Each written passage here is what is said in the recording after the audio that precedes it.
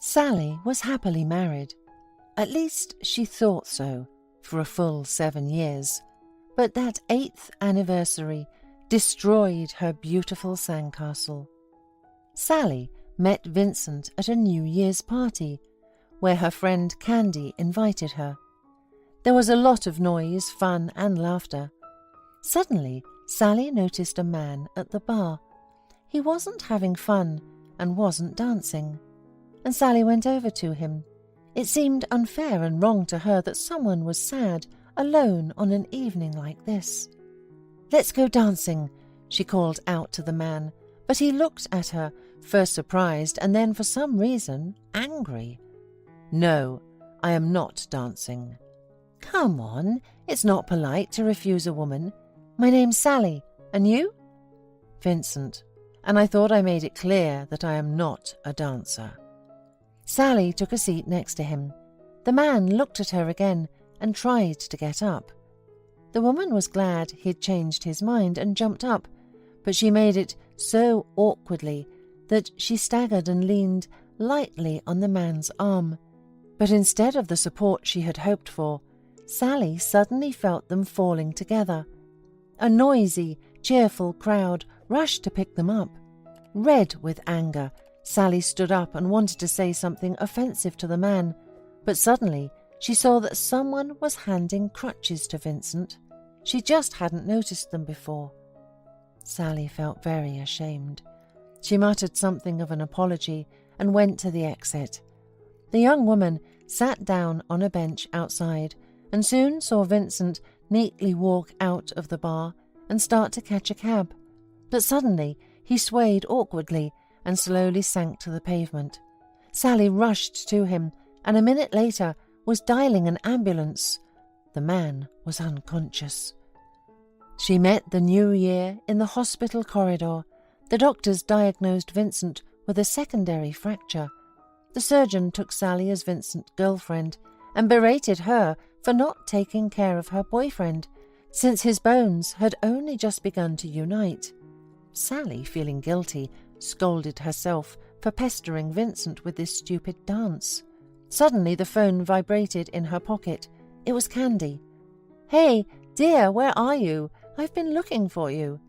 "Candy, do you know that guy on crutches?" asked Sally. "Vincent, of course. I've known him since high school. He had an accident not long ago, survived by a miracle.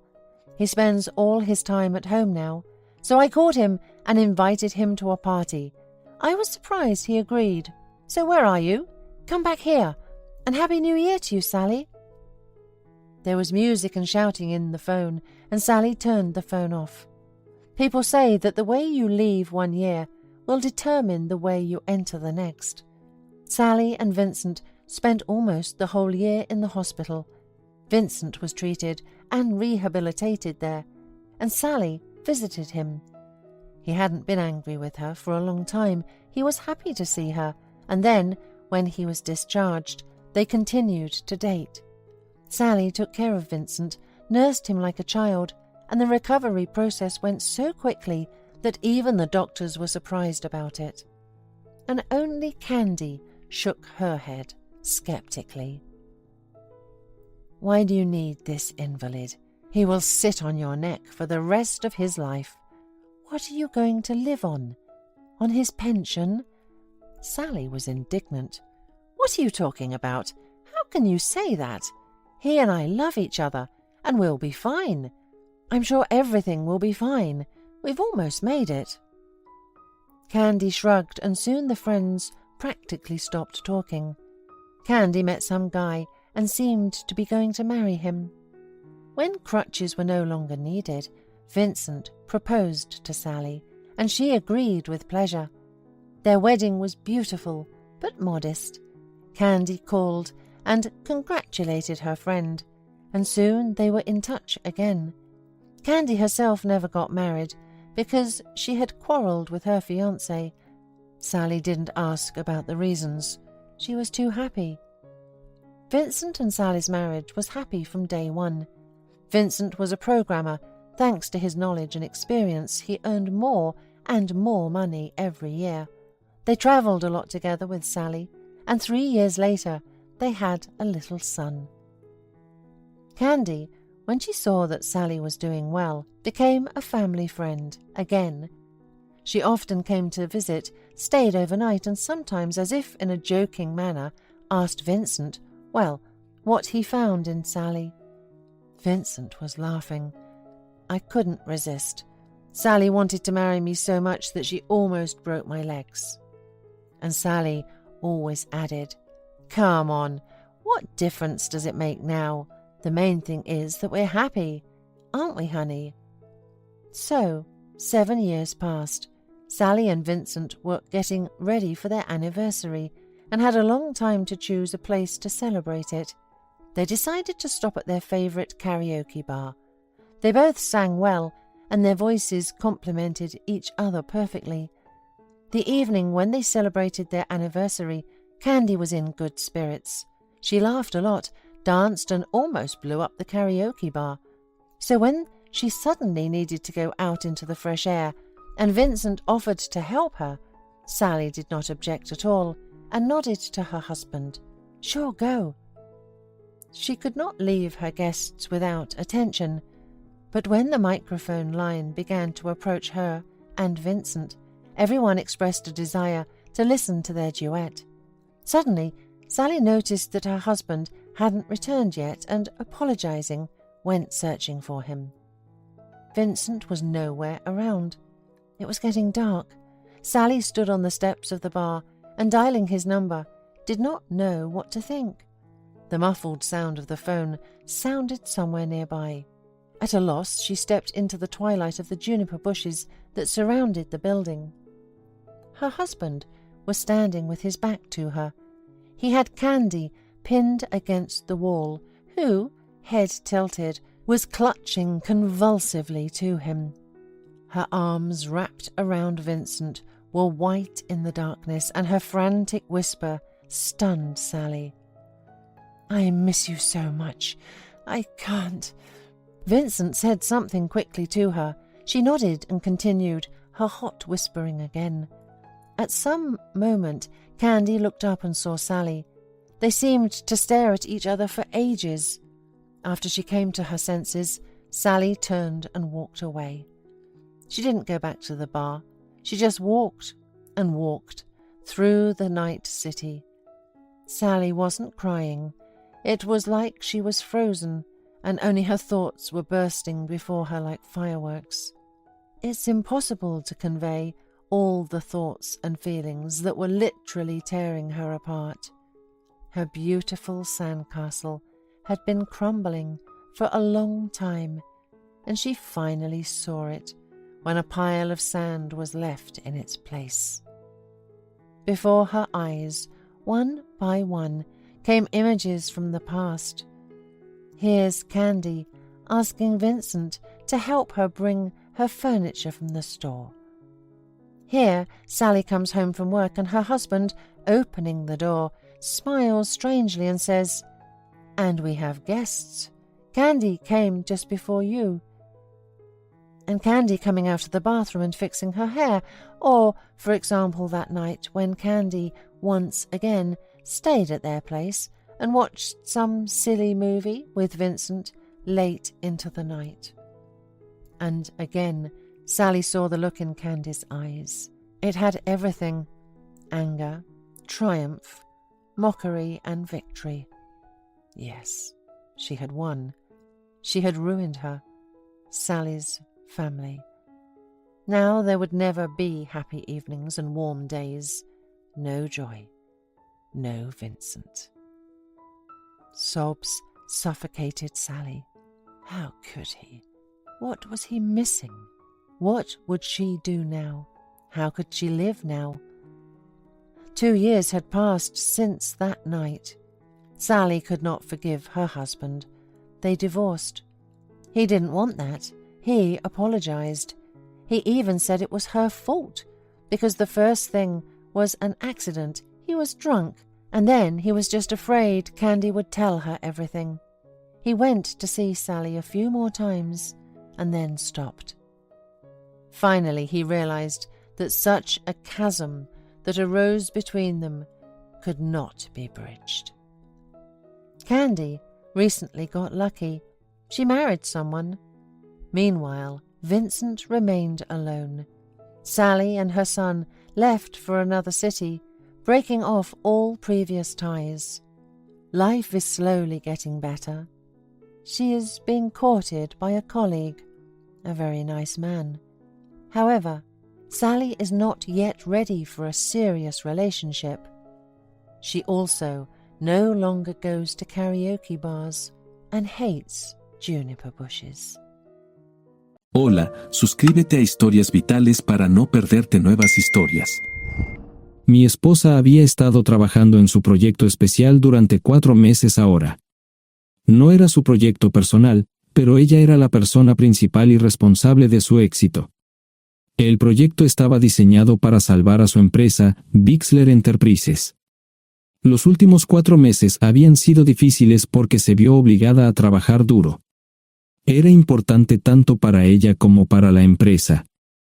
Había una buena posibilidad de que Bixler Enterprises quebrara si el proyecto no se completaba. Sara tenía una licenciatura de Albrecht y un MBA de Wharton. Era la más inteligente de la familia. Yo empecé a trabajar como mecánico de autos justo después de la secundaria y después de 21 años seguía siendo mecánico de autos. No me importaba porque me gustaba el trabajo y pagaba bien. Era suficiente para pagar la universidad de Sara y criar a 2 hijos. No vivíamos lujosamente, pero estábamos bien. Los niños ya se habían mudado, y las cosas iban bastante bien con nuestros ingresos. Sara quedó embarazada 3 meses después de casarnos a la edad de 18 años. Durante los primeros años de nuestro matrimonio, vivimos con mis padres. Ellos tenían una gran casa vacía ya que 4 de mis hermanos se habían mudado. Eso significaba que teníamos una niñera mientras Sara completaba sus primeros años de universidad. Debido a 2 embarazos, la carrera de 4 años le llevó 6 años completarla. Fue difícil, pero lo logró. Siempre tuve trabajo y nunca me faltó trabajo extra si lo necesitaba. Después de que Sara se graduó de Wharton, alquilamos nuestro propio lugar. Tuvo ofertas de trabajo de varias empresas grandes, pero todas requerían que nos mudáramos. A mí no me importaba, pero Sara quería quedarse cerca de casa. Por eso decidió trabajar en Bixler Enterprises. Pagaba bien, pero lo más importante, le daba responsabilidad y la oportunidad de avanzar. Sara era una empleada trabajadora y dedicada. La presentación es el jueves en el Hotel Thyssen en Filadelfia. Tomé unos días libres en el trabajo para ayudarla según fuera necesario. Al final, todo lo que logré fue hacerle algo de comer cuando llegaba a casa. No sabía nada sobre su trabajo, ni tampoco quería saber. Los negocios corporativos de alto nivel me aburrían. Empresarios de Europa, Asia y América del Sur venían aquí, la empresa pagaba sus boletos de avión y proporcionaba habitaciones en el Hotel Thyssen mientras estaban aquí. Era caro como el infierno, y por algunas cosas que Sara había dicho, la empresa estaba sobreestimando sus finanzas. Su presentación era importante para ella, para la empresa y para más de 200 empleados. Hasta el martes por la noche, todo iba bien. Sara llegó a casa con un traje nuevo, un traje gris con una blusa blanca. Desplegó todo lo que necesitaba en la cama de la habitación de invitados. Cuando se trataba de la limpieza de la casa, ella era normal, pero cuando se trataba del trabajo, era meticulosa. No entendía por qué necesitaba sacar su ropa interior de lujo, pero no dije nada. Además de su traje para la presentación, tenía varios vestidos de cóctel lindos para eventos sociales antes y después del evento. Siempre había evitado tales eventos, pero me sentía obligado a ir con ella si ella quería que lo hiciera. Me agradeció la oferta, pero dijo que no era necesario. Todos los materiales y equipos que necesitaba estaban guardados ordenadamente en el maletero de su Volvo. Antes de salir del trabajo, ella misma conducía el coche para asegurarse de que todo estuviera en perfectas condiciones. Tenía todo el día miércoles para prepararse y toda la noche del miércoles para socializar con sus invitados. Sara era tan buena en lo que hacía que sentía que habría sido mejor si simplemente me hubiera mantenido alejado de ella. Finalmente, había terminado. Lo había revisado y vuelto a revisar todo. Todo lo que necesitaba ahora era una ducha caliente y una buena noche de sueño. Supongo que mi error fue que empecé a revisar sus cosas después de que Sara comenzara a ducharse. Pensé que estaba ayudando, pero resultó ser lo contrario. Estaba moviendo cosas en la cama cuando un pequeño sobre blanco cayó del bolsillo lateral de su bolso de maquillaje. Una carta de una farmacia, pero no del tipo que solemos usar. Dentro había 10 pastillas. No tenía idea de qué era, Pren, y las instrucciones eran confusas. Si es necesario, tomar una pastilla y luego una segunda pastilla 12 horas después. Pensé que podría ser algo que ella había conseguido para la ansiedad o los nervios, pero las instrucciones no tenían sentido. La receta estaba escrita a su nombre el lunes. Volví a poner el sobre en su lugar mientras ella terminaba de ducharse. Decidí que quería saber más sobre Pren antes de contarle sobre ello. Por supuesto, si lo mencionaba, significaría que estaba revisando sus cosas. Odio los dilemas. Mientras Sara se preparaba para dormir, fui a nuestro ordenador doméstico y busqué. 10 minutos después, me uní a mi esposa bajo las sábanas. Pasé toda la noche despierto, preguntándome por qué mi esposa había recogido una receta para la píldora del día después, especialmente después de que me hicieran una vasectomía hace 10 años. A la mañana siguiente, me levanté temprano, pero no estaba descansado. Di un largo paseo, esperando que despejara mi mente. Me dirigí hacia casa con reticencia, temiendo lo que podría hacer o decir cuando llegara allí. Mi hijo Joe se unió a la Marina después de la escuela secundaria y estaba en su primer año en San Diego. Nuestra hija Gloria se casó con su amor de la infancia el año pasado y acababa de mudarse a Dallas.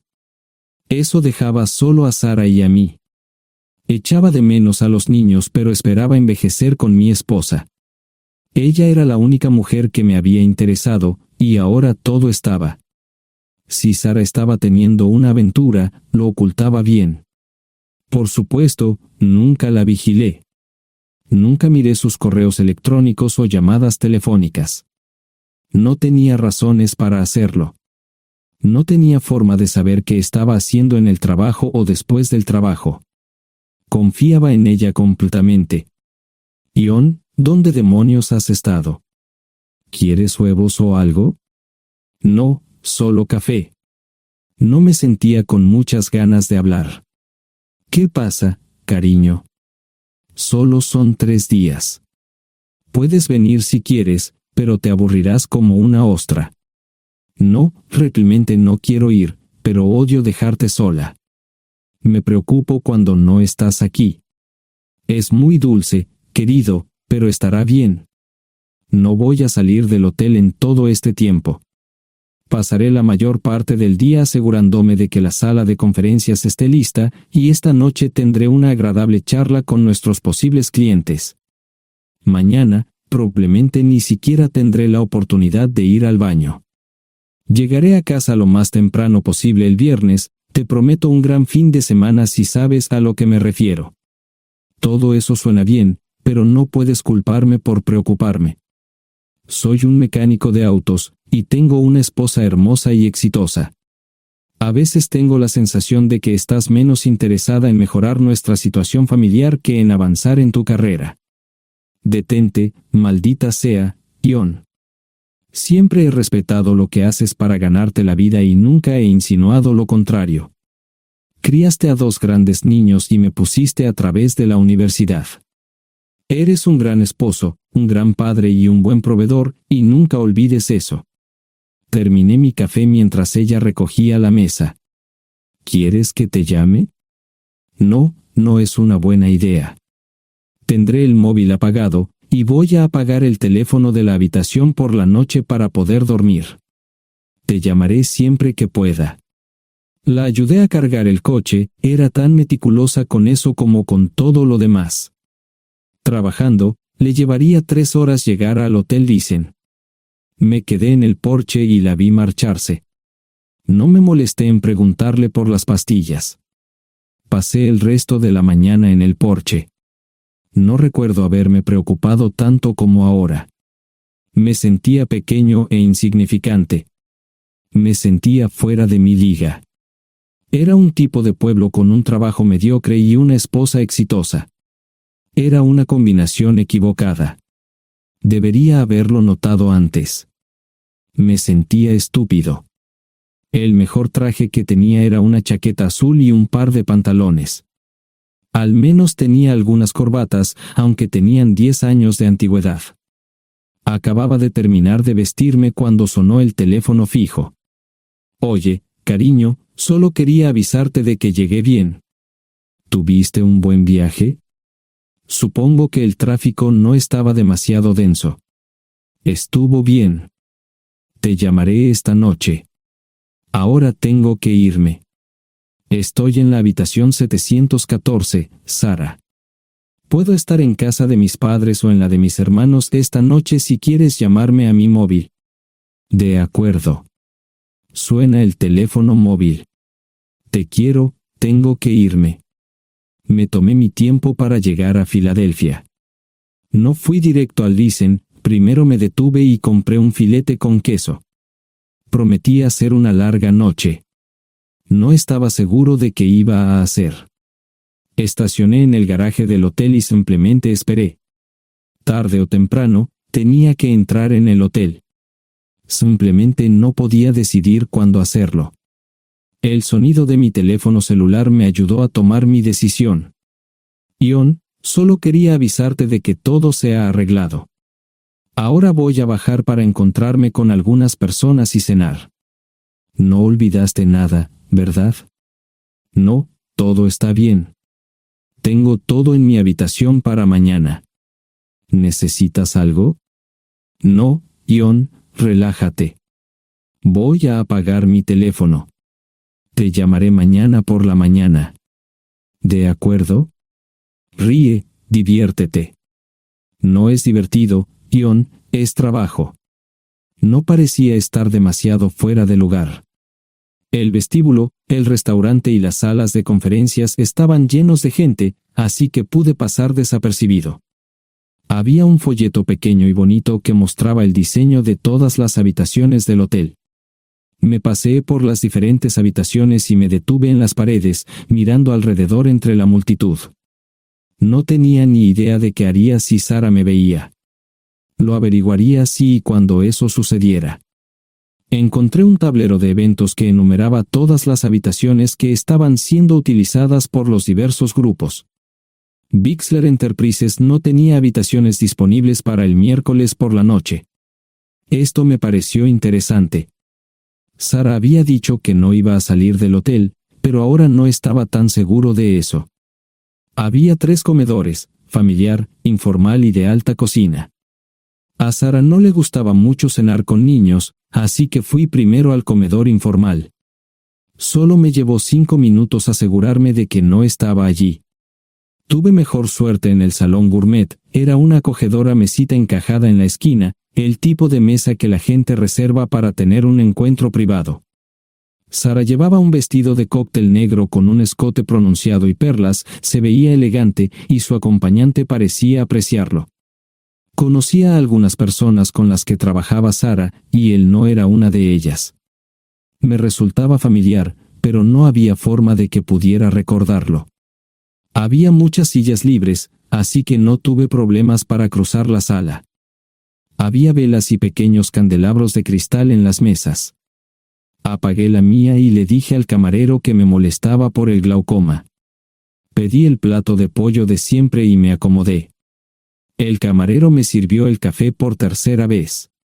Disculpe, el tipo en la mesa de enfrente me parece muy familiar. ¿Sabes quién es? Sí, ese es Malcolm Eugene Foote. Es miembro del Consejo Municipal, se espera que se postule para el Congreso en los próximos años. ¿Es esa su esposa con él? Es muy bonita. No, esta es la primera vez que la veo. Siempre usa esa mesa para señoras especiales, si me entiende. Simplemente le sonreí y pedí la cuenta.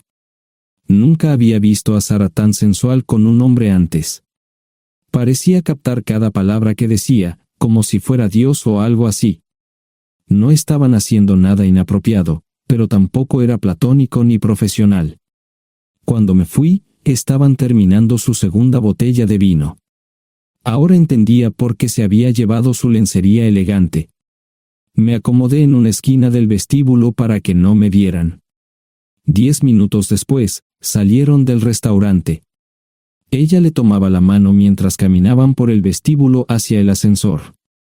Observé cuidadosamente los indicadores de piso. Que el ascensor se detuviera en el tercer piso era una buena señal, significaba que no lo había llevado a su habitación. Era una mala señal cuando el ascensor no llegaba al séptimo piso, significaba que ella fue a su habitación. Por si acaso me equivocaba en algo, me senté en el vestíbulo y observé el ascensor durante 1 hora. La gente entraba y salía, pero Sara no estaba entre ellos. Saqué mi maleta vacía del coche y me dirigí al mostrador de recepción. Aunque podía demostrar que era su esposo, me costó trabajo conseguir una tarjeta llave. Se dieron después de llamar a la habitación, pero nadie respondió. Finalmente, estaba en camino a la habitación 714 con la tarjeta llave. Ni siquiera encendí las luces al principio, simplemente me senté en la oscuridad de la habitación durante más de 1 hora. No fue difícil asegurarme de que no regresara a la habitación. Primero, empacé todas sus ropas y pertenencias personales. No dejé nada atrás. Revisé el paquete de Preven, todavía quedaban 10 pastillas en el tocador.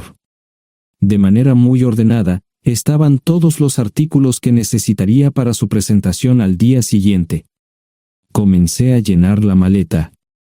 Había 24 carpetas promocionales especialmente encuadernadas y otras 20 carpetas regulares, todas ellas fueron a la maleta.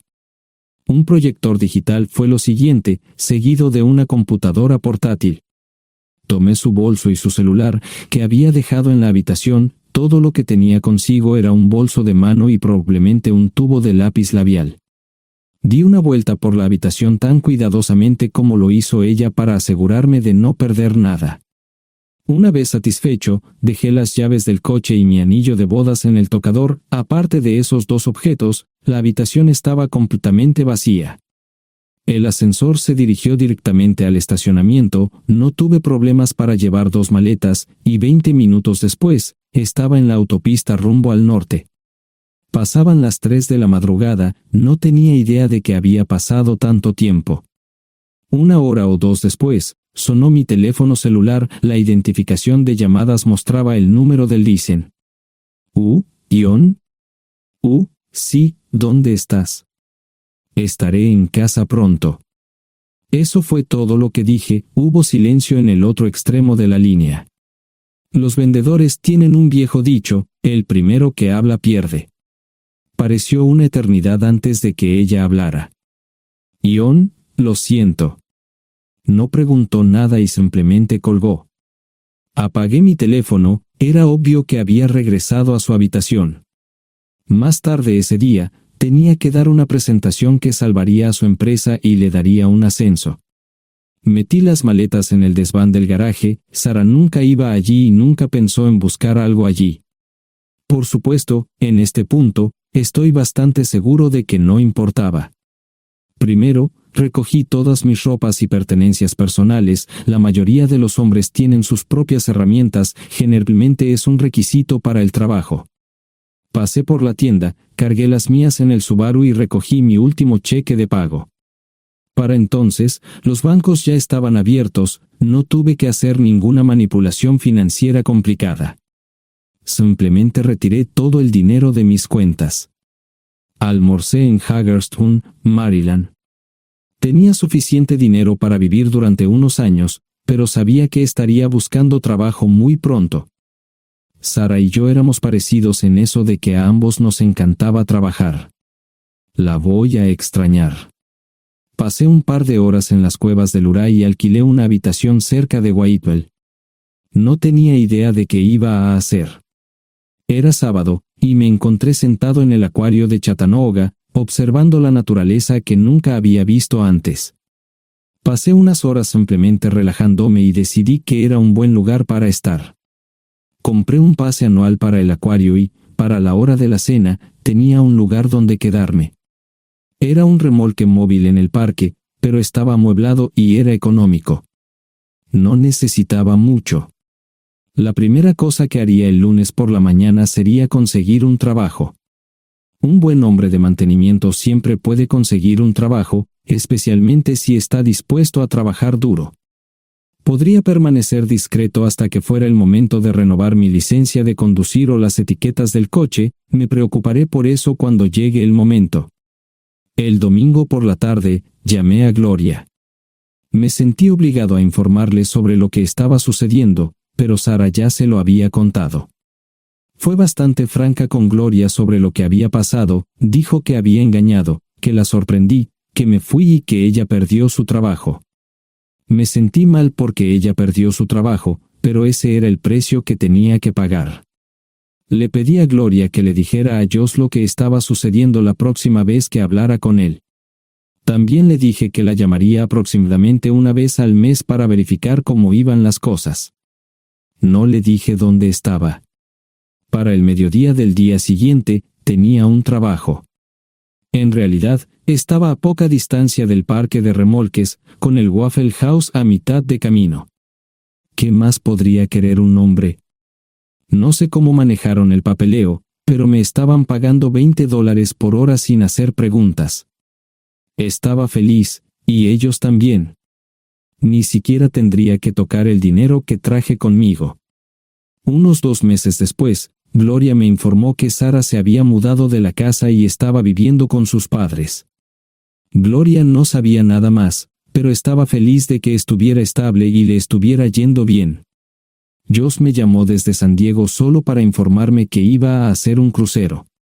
Era técnico en aviónica en un portaaviones, intentó explicar qué hacía exactamente, pero estaba más allá de mi comprensión. Nunca supe mucho sobre cosas técnicas. Ambos tuvieron cuidado de no decir nada malo sobre su madre, aprecié eso.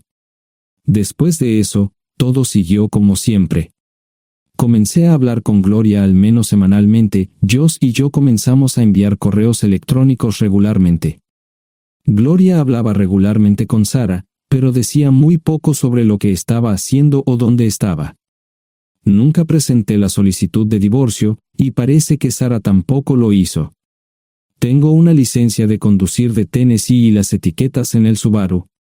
Comencé a frecuentar un bar local un par de veces al mes y tuve encuentros casuales, 2 mujeres se alternaban como mis compañeras nocturnas regulares.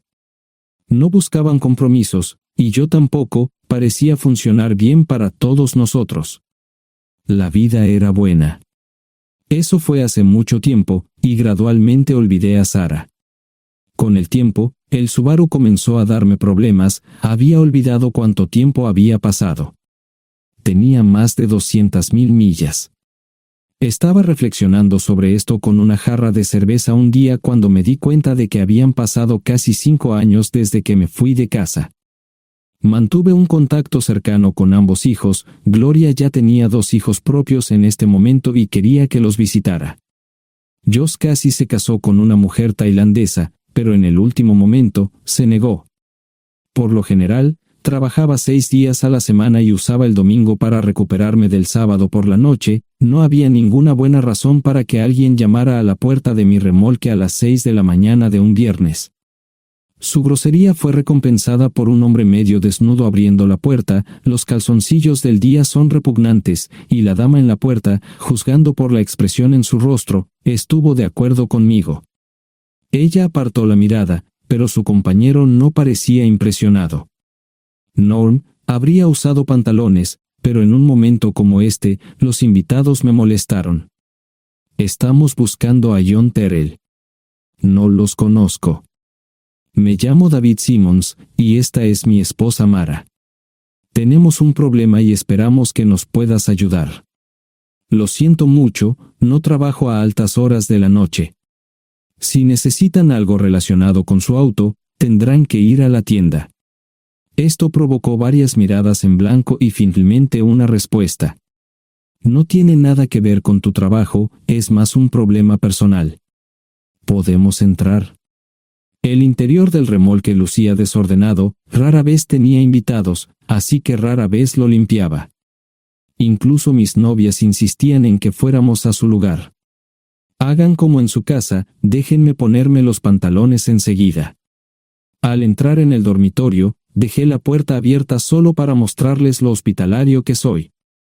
También me puse una camisa. ¿Les gustaría tomar café? Solo tomará unos 10 minutos. Aparté algunas cosas del sofá para que pudieran sentarse, no hubo respuesta a la pregunta del café. Tenemos una hija adoptiva de 4 años y otra de 2 que necesita un trasplante de médula ósea, y esperamos que nos puedas ayudar.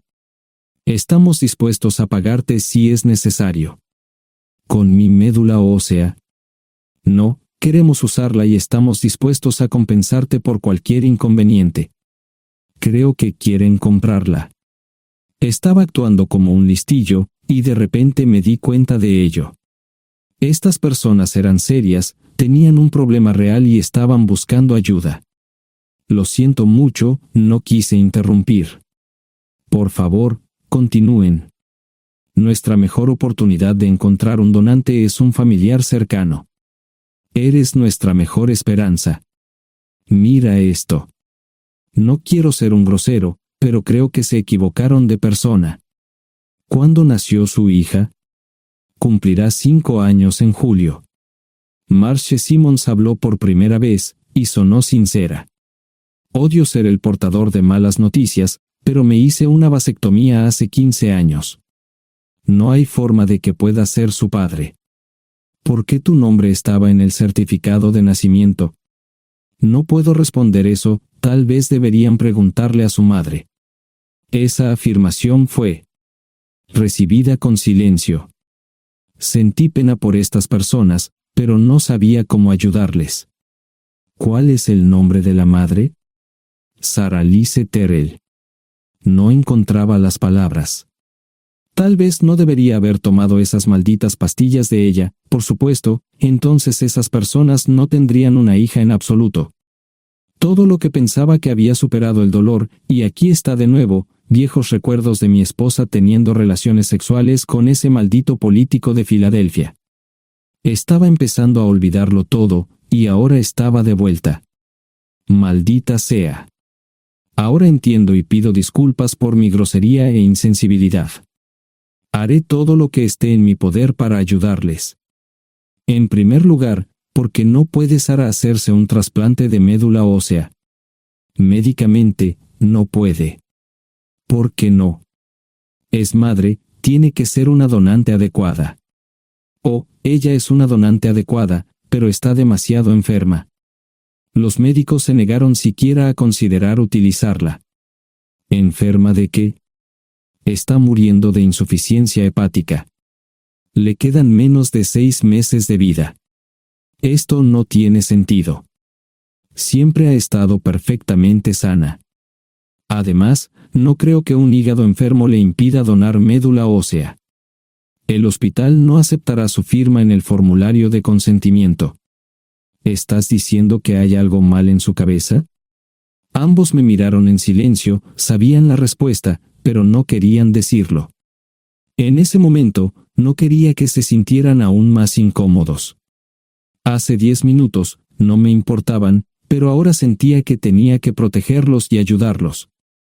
¿Cómo sucedió esto? ¿Podría alguno de mis hijos ayudar? Quizás, pero pensamos que eras nuestra mejor esperanza. ¿Por qué no van tras su padre, su verdadero padre? Pensamos que eras tú. No tenemos ni idea de quién más podría ser. Sara no nos dijo nada sobre otro posible padre. De hecho, ella no estaba en condiciones de explicar nada, agregó Mara. Obtuvimos la mayoría de nuestra información de la agencia de adopción. Tuve que preparar café y hacer pis, permítanme un momento. Dejé a mis invitados sentados mientras preparaba el café. Solo tomó unos minutos. Mientras se preparaba, fui al baño, algo que necesitaba hacer urgentemente. Traté de ser discreto, ya había avergonzado lo suficiente a Mara. ¿Dónde viven? En Westchester, Pensilvania. Les haré una oferta. Si les digo quién es el verdadero padre de su hija, deben prometerme que lo perseguirán sin descanso hasta obtener lo que desean. ¿De qué estás hablando? El padre de su hija es un político prominente en Pensilvania. Por supuesto, negará todo y probablemente les proporcionará documentos legales para detener sus esfuerzos. Si acuerdan presionar lo suficiente para que él admita que la niña es suya, podrán avergonzarlo y obligarlo a hacerse un trasplante de médula ósea. Eso es lo que quieren, ¿verdad? Sí, claro, pero ¿cómo hacemos eso? No lo sé. Soy mecánico. Trabajo con metal para ganarme la vida. Creo que la mejor manera sería utilizar la televisión, la radio y los periódicos. Los políticos harán cualquier cosa para evitar una mala publicidad. ¿Tienen amigos que puedan ayudar? Bueno, ahora ambos estaban sonriendo. Debo haber dicho algo que les dio esperanza. Creo que podemos hacer esto. ¿Quién demonios es él? Malcolm Eugene Foote. Se postula para el Senado de los Estados Unidos. Apuesto a que hará cualquier cosa para evitar una mala publicidad. El café estaba listo, pero David y Marshall no podían esperar para llegar a casa. Antes de irse, les dije cómo ponerse en contacto con Gloria y Josh en caso de que los necesitaran. Estaba seguro de que ayudarían. También les pedí que me dijeran dónde estaba Sarah. Probablemente estaría en Pensacola antes de que ellos regresaran a Westchester. Me corté el pelo y compré una camisa nueva. Sarah era una tramposa que arruinó mi vida, pero aún así quería lucir bien cuando la viera. Era otro remolque, pero esta vez era un bonito doble nuevo. Allí estaba su Volvo con una llanta desinflada y un parabrisas roto. La mujer que abrió la puerta no era Sarah, parecía que la habían empapado fuerte y la habían dejado empapada. Tenía al menos 45, tal vez 50, y debió haber tenido una vida difícil. La falta de maquillaje no ayudaba, y simplemente se veía horrible. No tuve la oportunidad de abrir la boca. Caray, si no es John Terrell. Nunca esperé verte aquí. Tuve que usar la vieja línea, me estás poniendo en desventaja. Sherry Hart. Pasa, entra. ¿Quieres una cerveza? No, pero gracias. Estoy aquí para ver a Sarah.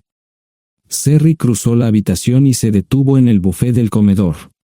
Aquí está, John. Mírala todo lo que quieras. Su mano señalaba una urna de latón que estaba en el centro del buffet vacío. Supongo que llegué demasiado tarde.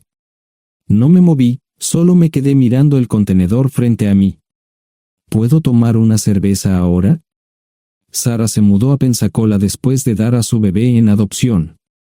Compró el remolque con el dinero que recibió de Bixler Enterprises después de que la despidieron.